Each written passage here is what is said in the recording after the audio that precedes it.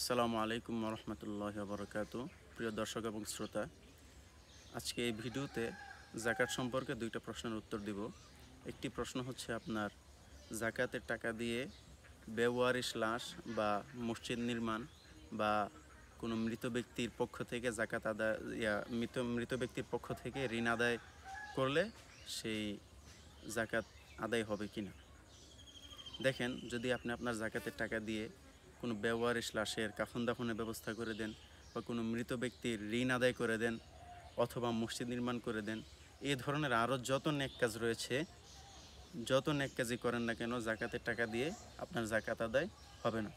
মনে রাখবেন, আপনি যতক্ষণ পর্যন্ত আপনার জাকাতের টাকাটা আপনার জাকাতের হক যে ব্যক্তি, জাকাতের হকদার যে, তাকে না দিবেন ততক্ষণ পর্যন্ত আপনার জাকাত আদায় হবে না। এই জায়গায় আমরা আরেকটা জিনিস খেয়াল রাখবো, জাকাতের টাকা কাফেরকে দিলে জাকাত আদায় হবে না, তবে সাধারণ দান আপনি কাফেরকে দিতে পারবেন, তাতে কোনো সমস্যা নেই। আরেকটি প্রশ্ন হলো আপনার এক শহরের জাকাত আরেক শহরে পাঠানো যাবে কি না। হ্যাঁ, এক শহরের জাকাত আরেক শহরে পাঠাতে পারবেন যদি আপনার শহরের লোকেদের তুলনায় ওই শহরের লোক বেশি দরিদ্র হয়ে থাকে, অথবা ওই শহরে আপনার কোনো আত্মীয় স্বজন থাকে, অথবা ওই শহরের লোকেরা ইসলামের প্রতি বেশি আগ্রহী, তারা দিন নিয়ে বেশি চর্চা করে, ইসলামের প্রচুর কাজ করে।